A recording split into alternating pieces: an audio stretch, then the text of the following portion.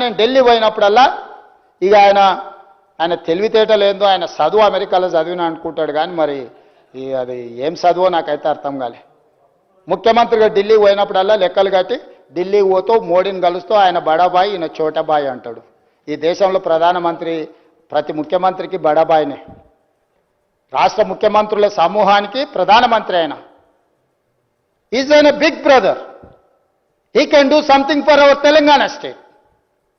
Politically we have our own platforms. మా జెండాలు వేరు.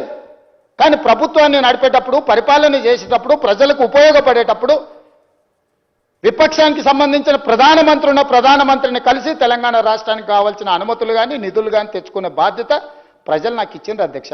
నాకు బేసిజాలు ఎందుకు అధ్యక్ష? ప్రధానమంత్రి నరేంద్ర మోడీ గారిని, నిర్మలా సీతారామన్ గారిని కలవడానికి, లేకపోతే ఇతర మంత్రులను కలవడానికి ఇతర దేశాలకు వెళ్తున్నాం అధ్యక్ష. మా రాష్ట్రానికి వచ్చి పెట్టుబడులు పెట్టమని. ఈ రాష్ట్రంలో ఉన్న చిన్న వాళ్ళని కలుస్తున్నాం అధ్యక్ష. మీరు పెట్టుబడులు పెట్టండి, మేము ప్రోత్సహిస్తామని.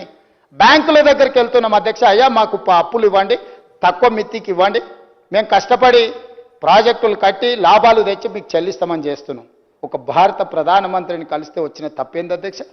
నేను కలవడం వల్ల 26,540 కోట్ల రూపాయలని డెట్ రీస్ట్రక్చర్ చేపించిన 11.90 రేట్ ఇంట్రెస్ట్కు చంద్రశేఖరరావు తెస్తే 7.25% తగ్గించి 14 సంవత్సరాలతో కట్టాల్సిన అప్పును 30 సంవత్సరాలకు పొడిగించి ఇవాళ నేను ఈ డెట్ రీస్ట్రక్చర్ 26,000 కోట్లు చేస్తేనే సంవత్సరానికి నాకు 4,000 కోట్ల రూపాయలు ఆదా అవుతున్నాయి అధ్యక్ష.